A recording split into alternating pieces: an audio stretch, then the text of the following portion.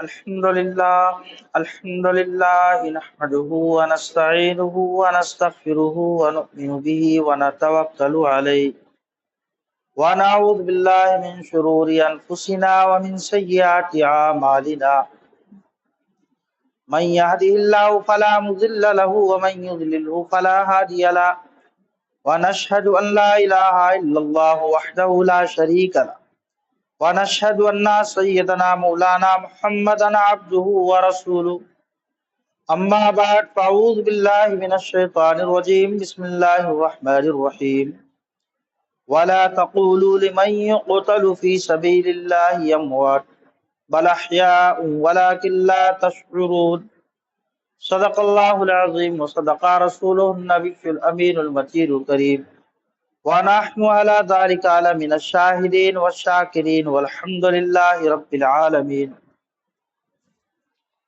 گزشتہ ہفتے صحابہ اکرام کی عظمت اور ان کی فضیلت، سارے دین کا دار و مدار حضور پاک صلی اللہ علیہ وسلم کے بعد یہ صحابہ اکرام، حضرت حسین رضی اللہ تعالیٰ عنہ اور حضرت حسن رضی اللہ تعالیٰ عنہ کی شہادت کس طریقے سے ہوئی، پھر اسی طریقے سے کربلا کے بعد کا مختصر سا تذکرہ کہ یہ تینوں بھی چیزیں اور کربلا کی جو جنگ یہ کس وجہ سے ہوئی، کس سبب سے ہوئی، اس کے بعد کے جو حالات اور اس کے یعنی واقعات کس طریقے سے رہے، اس کے بعد جب یزید جو ہے تخت پر بیٹھا اور جتنے اس کے ماننے والے اور متبعین تھے،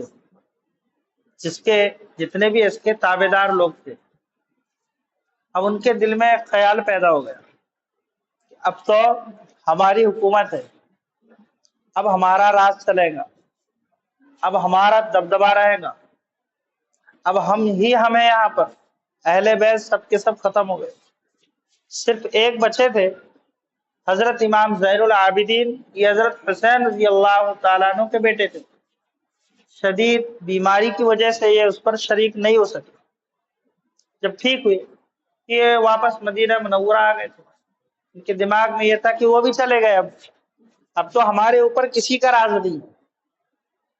اسی طریقے کی سوچ اس کے جتنے تابعین اور متبعین تھے اس کے سب کی ایک سوچ بنی، لیکن جب کسی کے اندر جب تکبر پیدا ہو جاتا ہے، جب غرور جب پیدا ہو جاتا ہے، ظلم و زیادتی کی کیفیت جب کسی کے اندر پیدا ہو جاتی ہے تو اس کے دماغ میں یہ بھول جاتا ہے، اس کے دماغ میں یہ خلل پیدا ہو جاتا ہے، انانیت کا وہ شکار ہو کر سمجھتا ہے کہ سب کچھ اب میں ہی ہوں، انا خیر من، قرآن میں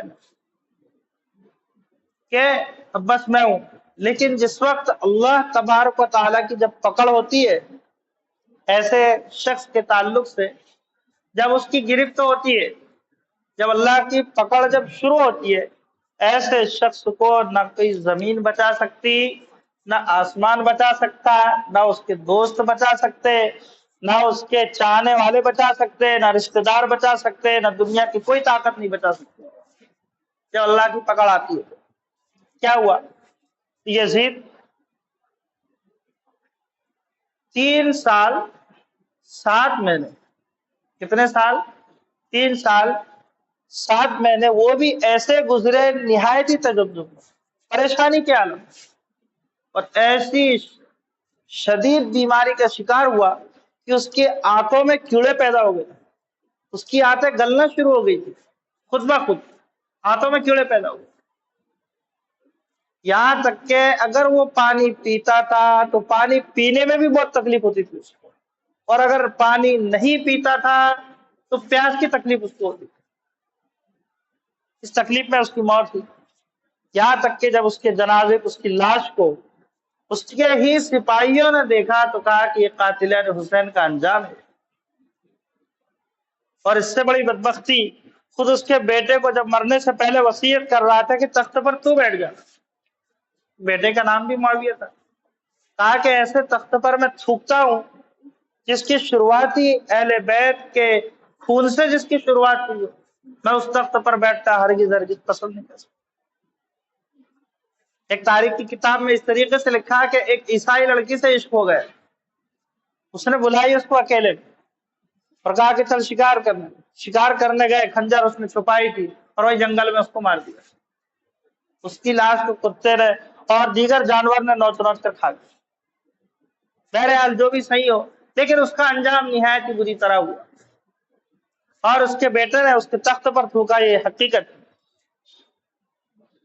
اسی طریقے سے شمر جو کربلا کے میدان میں حضرت امام زین العابدین حسین اہل بیت کو یہ کہتا تھا کہ میں جو چوپائے ہیں نا، جو مویشی ہیں، ان کو پانی دے سکتا ہوں مگر تم کو پانی نہیں دوں گا، ان کو پانی دے سکتا ہوں مگر تم کو پانی نہیں دے سکتا، میں چوپایوں کو پانی پلا سکتا ہوں مگر تم کو پانی نہیں دے سکتا۔ اس کا آخر کیا ہوا پھر؟ ان کے دماغ میں، یزید کے دماغ میں، چاہے وہ ابن زیاد ہو، چاہے وہ شمر ہو، یا جتنے بھی اس کے یعنی متبعین تھے، ان کے دماغ میں کبھی یہ سوچ میں بھی نہیں بیٹھا ہوگا کہ اتنے جلدی تختہ پلٹ ہو جائے۔ کبھی سوچا ہوگا یہ؟ کبھی نہیں سوچا ہوگا۔ یعنی 4 سال بھی وہ نہیں چل سکے۔ بغاوت تو وہیں سے شروع ہو گئی تھی، کربلا کے بعد سے ہی خلبلی وہیں سے شروع ہو گئی تھی۔ جب یہ اہل بیت کا نہیں ہو سکتا تو ہمارا کیا ہوگا؟ وہیں سے شروع ہو گئی تھی۔ تختہ پلٹ ہوا۔ مختار ثقفی نام کے شخص جو یعنی طائف کے قبیلہ بنو ثقیف کے خاندان میں سے، اب جب یہ حکومت پر بیٹھے، اس نے قسم کھائی تھی کہ قاتلان حسین کو ایک ایک کو میں قتل کروں۔ تقریباً ایک تاریخ کے مطابق 6000 افراد، ایک کے مطابق 22,000 افراد۔ بہرحال جتنے بھی مجرم شمار ہوتے تھے سب کو جب ان کو پکڑا گیا، ان کو بیڑیاں ڈالی گئی۔ کیا ڈالی گئی؟ بیڑیاں ڈالی گئی۔ ان کے ہاتھ، ان کے پیروں کو جکڑ دیا گیا، پھر تلوار سے ان پر زخم کیا گیا اور ان کو چوراہے پر چھوڑ دیا گیا۔ ان کو چوراہے پر کیا کر دیا گیا؟ چھوڑ دیا گیا۔ اب ان کی یعنی 3-4 دن میں بھوک اور پیاس کی وجہ سے جب یہ تڑپ تڑپ کر جب مرے تو ان کی لاشوں کو کتے اور بلی نوچ کے لے کے جائے۔ یہ اہل بیت کے ساتھ بدسلوکی کا یہ نتیجہ اور یہ انجام ان کا نکلا۔ اسی طریقے سے جو سپہ سالار بن کر، بڑا بن کر ابن سعد ہے اور اسی طریقے سے ابن زیاد ہے، یہ جب کربلا کے میدان میں جنہوں نے حضرت حسین رضی اللہ تعالیٰ عنہ کو شہید کرانے میں پیش رہے، مختار ثقفی نے اسی تاریخ کو، جس تاریخ کو حضرت حسین رضی اللہ تعالیٰ عنہ کے سر کو تن سے جدا کیا تھا، اسی تاریخ کو ابن زیاد کے سر کو بھی تن سے کیا کیا؟ جدا کیا۔ جس تاریخ کو انہوں نے حضرت حسین رضی اللہ تعالیٰ عنہ کو شہید کیا اور انہوں نے یہ خیال کیا تھا کہ اب ہمارا راج، ہماری حکومت، ہمارا دبدبہ، ہمارا سب کچھ، ہمارا پاور رہے گا۔ لیکن اللہ کی گرفت جب آئی تو نہ ان کو آسمان نے بچایا، نہ زمین نے بچائی، نہ ساتھیوں نے بچایا، نہ دولت نے ان کو بچائی۔ جب ظالم ظلم کرتا ہے نا، ظلم کا نشہ کہاں سے چڑھتا ہے؟ اس کا پاور کہاں سے چڑھتا ہے؟ سپاہیوں کو دیکھ کر۔ اس کو دیکھ کر؟ سپاہیوں کو دیکھ کر، اپنے جانشینوں کو دیکھ کر، اسی طریقے سے اپنے چمچے گیری جو کرنے والے ہوتے ہیں ان کو دیکھ کر ایک نشہ اس کو پیوست ہوتا ہے، جس نشے میں چور ہو کر وہ یہ بھول جاتا ہے کہ مجھ سے بھی بڑی کوئی طاقت اور پاور ہے، جو سارے عالم کا یعنی چلانے والا، جو احکم الحاکمین، جو خالق السماوات والارض، یعنی اس نے بندوں پر ایک ڈھیل دے، جب اس کی پکڑ شامل ہوتی ہے کوئی نہیں بچا سکتا ہے، کوئی نہیں بچا سکتا۔ مختار ثقفی نے یہ ابن زیاد کو اپنے سپاہیوں کو کہا کہ جاؤ اس کو لے کر آ، جاؤ اس کو لے کر آنا، اور یہ بھی کہا کہ زندہ مت لے کے آنا، اس کی گردن کو الگ کر کے لے کے آنا۔ جب مختار ثقفی کے سپاہی جب ابن زیاد کے پاس پہنچے تو پیغام سنایا، کہا کہ اس طریقے کا حکم ہے۔ ابن زیاد نے کہا کہ دیکھو ہمارا یہ ابن زیاد نے کہا کہ میرا اور مختار ثقفی کے ساتھ بچپن کا دوستانہ ہے، بچپن کا یارانہ ہے، وہ میرے تعلق سے کبھی اس طریقے کا حکم دے نہیں سکتا۔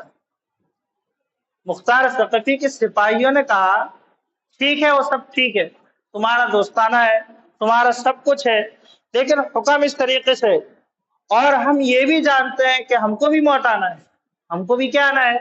موت آنا ہے۔ قبر کا حال ہمارے ساتھ بھی گزرنا ہے، حشر کا حال ہمارے ساتھ بھی گزرنا ہے، اللہ کے سامنے ہم کو بھی حاضر ہونا ہے۔ لیکن کچھ گناہ دنیا کے اندر ایسے ہوتے ہیں جن کی سزا اس طریقے سے ہونا چاہیے، یہ کہہ کر اس کی گردن کو کیا کر دیا، جدا کر دیا۔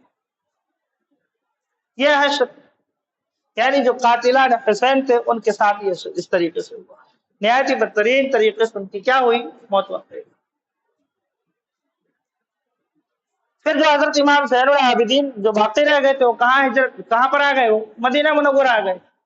اب مدینے میں جو عبد الملک بن مروان تھا وہاں کا حاکم تھا، گورنر تھا۔ اب حضرت امام زین العابدین نے مدینے سے باہر ایک جھوپڑی بنا لی۔ کیا بنا لی؟ ایک جھوپڑی۔ یہ حضرت حسین رضی اللہ تعالیٰ عنہ کے بیٹے۔ اب لوگ جب حج کرنے جاتے کیا عمرہ کرنے جاتے، مکہ جاتے، پھر اس کے بعد مدینہ آتے، اور وہاں پر عبد الملک بن مروان سے کوئی نہیں ملتا، سب کے سب کس سے ملنے جاتے؟ حضرت امام زین العابدین سے، ان سے مصافحہ لیتے، ان سے ساتھ ملتے، اور پھر وہ اپنے گھروں کو واپس ہوتے تھے۔ عبد الملک بن مروان کو بڑی ایک چڑ پیدا ہو گئی، میں یہاں کا حاکم ہوں، میں یہاں کا گورنر ہوں، سارا پاور میرے پاس ہے، اور یہ لوگ جو ہے مجھ سے نہیں ملتے بلکہ کس سے ملتے ہیں؟ زین العابدین سے ملتے ہیں، اور ان سے مصافحہ لے کر لوگ واپس جاتے ہیں۔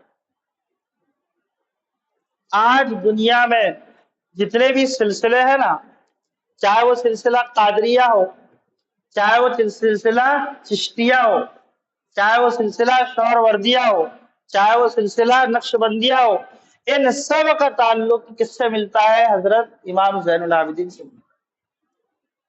کس سے ملتا ہے؟ حضرت زین العابدین سے ملتا ہے، جو بیٹا ہے کس کے؟ حضرت حسین رضی اللہ تعالیٰ عنہ، ان سے ملتا ہے۔ کیونکہ پہلے جو ہوتا تھا، جو حاکم ہوتا تھا، جو خلیفہ ہوتا تھا، لوگ اس سے ہی بیعت کرتے تھے۔ جب اسلام کی سطح خلافت جن کے ہاتھوں میں تھی، ظالم اور جابر لوگوں کے ہاتھوں میں جب خلافت آئی تو اسلام جس اعلیٰ سطح پر ہونا چاہیے تھا اس سے نچلی سطح میں آ گیا۔ حضرت زین العابدین رحمت اللہ علیہ نے اسلام کی بقا کے لیے ایک بیعت کا سلسلہ اپنی جھوپڑی سے شروع کیا۔ بیعت کا سلسلہ کہاں سے شروع کیا تھا؟ اپنی جھوپڑی سے شروع کیا تھا، تاکہ اس کے ذریعے سے اشاعت دین باقی رہے، تاکہ اس کے ذریعے سے رسول پاک صلی اللہ علیہ وسلم کی اتباع کا طرز عمل باقی رہے، تاکہ اس کے ذریعے سے حضرت ابوبکر صدیق رضی اللہ تعالیٰ عنہ کی صداقت باقی رہے، تاکہ اس کے ذریعے حضرت عمر فاروق رضی اللہ تعالیٰ عنہ جیسا عدل انصاف دنیا میں قائم رہے، تاکہ اس کے ذریعے سے حضرت عثمان غنی رضی اللہ تعالیٰ عنہ جیسی حیا باقی رہے، تاکہ اس کے ذریعے سے حضرت علی رضی اللہ تعالیٰ عنہ جیسی شجاعت باقی رہے۔ اس سلسلہ کو کس نے شروع کیا؟ حضرت زین العابدین رحمت اللہ علیہ نے شروع کیا۔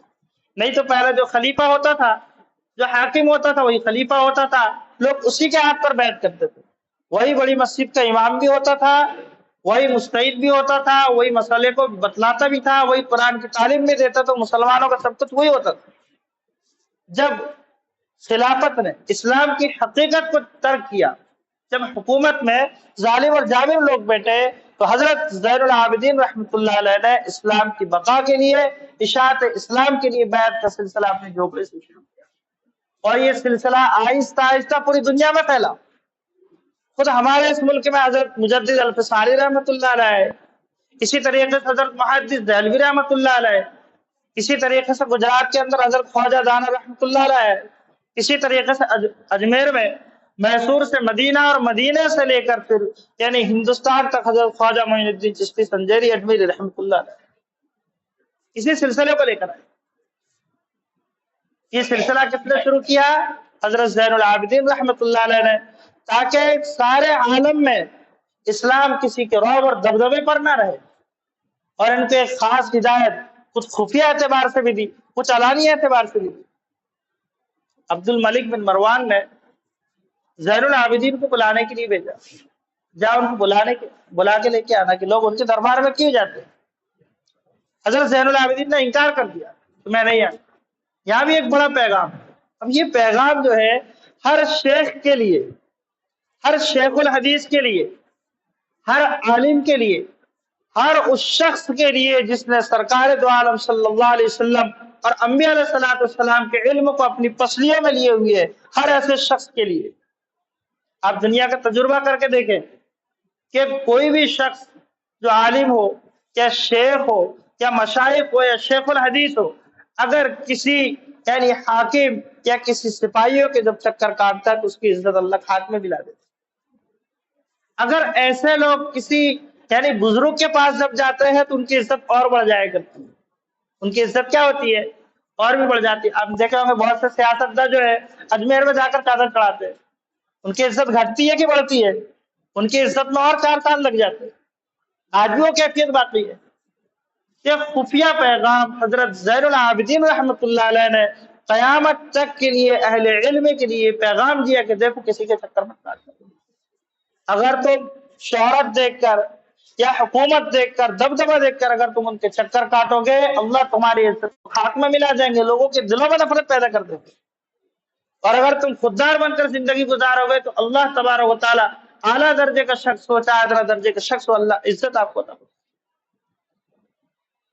یہ چیز خفیہ پیغام حضرت زین العابدین رحمۃ اللہ علیہ نے قیامت تک کے لیے اہل علم کو یہ دیا ہے، قیامت تک کے لیے جتنے بھی ہے۔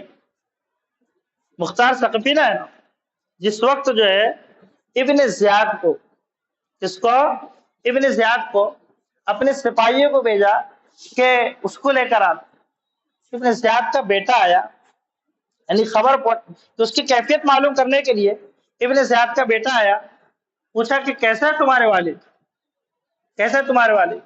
کہا کہ ابھی تو گھر پر ہی رہتے ہیں، نماز روزہ گھر پر ہی کرتے ہیں، ساری دینداری ان کے اندر ابھی آ چکی ہے۔ مختار ثقفی نے کہا اچھا اب اعلیٰ درجے کی دینداری تمہارے اندر آ گئی، یہ تو ایسا ہو گیا کہ جیسے کہ لومڑی نے کس کو کہا؟ بھیڑیے کو، چلو شکار کرنا ہے۔ بھیڑیے نے کہا کہ اب میں نے شکار چھوڑ دیا ہوں۔ شکار کیا کر دیا ہوں؟ شکار کرنا ترک کر دیا ہوں، میں نے تو بکری کو بہن مان لیا اور بکرے کو اپنا بھائی مان لیا، اور جن کا شکار کرتا تھا نا سب سے اپنا رشتہ جوڑ لیا۔ لومڑی نے کہا کہ اچھا یہ کیوں نہیں بولتے کہ آپ بوڑھے ہو چکے، شکار کرنے کی صلاحیت کیا ہو چکی ہے؟ کل آدم ہو گئی، ختم ہو چکی۔ جو شجاعت اور جو بہادری پہلے آپ کے اندر تھی وہ سب کے سب کیا ہو چکی ہے؟ ختم ہو چکی ہے۔ تو ابن زیاد کے اندر اب جو دینداری آئی تھی تختہ پلٹ ہونے کے بعد، وہ کس وجہ سے آئی تھی؟ وہ ساری صلاحیت کیا ہو گئی تھی؟ ختم ہو گئی تھی۔ اسی طریقے سے بعض مرتبہ ہمارے اندر بھی جو دینداری آتی ہے ایک زمانہ گزرنے کے بعد یا جوانی گزرنے کے بعد آتی ہے۔ اب جو دینداری آ رہی ہے وقت کے اعتبار سے یعنی کسی اور سبب سے اللہ کو یاد کیا جا رہا ہے۔ حقیقی اعتبار سے جو شخص جوان اور اپنی جوانی میں عبادت کرتا ہے اللہ تبارک و تعالیٰ کو بہت پسند ہے، اور جب بوڑھا ہوتا ہے تو 4 گنا زیادہ پسند ہوتی ہے۔